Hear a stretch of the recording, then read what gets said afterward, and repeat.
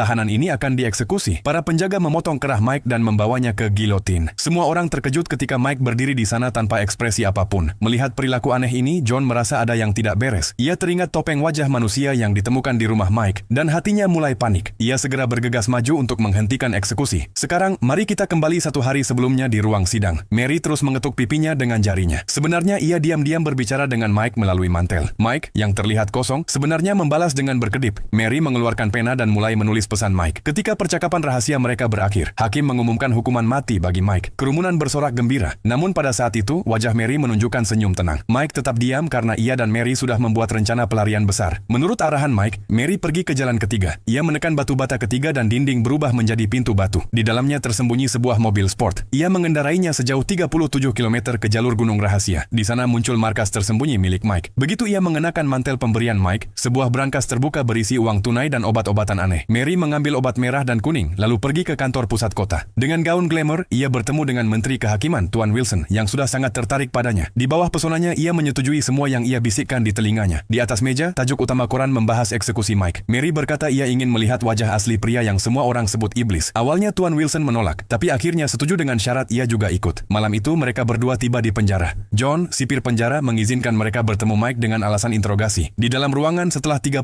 menit, John berkata dengan suara dingin bahwa Mike tidak mengatakan apa-apa. Sipir mengangguk, mengatakan Mike tidak menunjukkan ekspresi sejak hari ia tiba. Begitu pintu tertutup, Mary menyuntikkan obat ke menteri dan ia pun pingsan. Dengan jepit rambut, ia membuka borgol Mike sementara menteri terbaring tak sadarkan diri. Mary memasang topeng di wajah menteri, menjadikannya kembaran Mike. Lalu ia membawa Mike yang asli keluar. Sementara itu, Mike masuk ke kantor menteri untuk mencari uang yang dicuri. Ketika ia hendak pergi, sekretaris menteri menerima telepon dari seorang inspektur yang memperingatkan bahwa Mike telah mengambil identitas menteri dan harus dihentikan. Namun sekretaris mengira itu telepon penipuan dan dengan marah menutupnya. Mike yang mendengar semuanya segera berlari keluar. Ia melewati polisi yang datang untuk menangkapnya dan langsung melompat ke mobil Mary. Mereka pun melarikan diri bersama.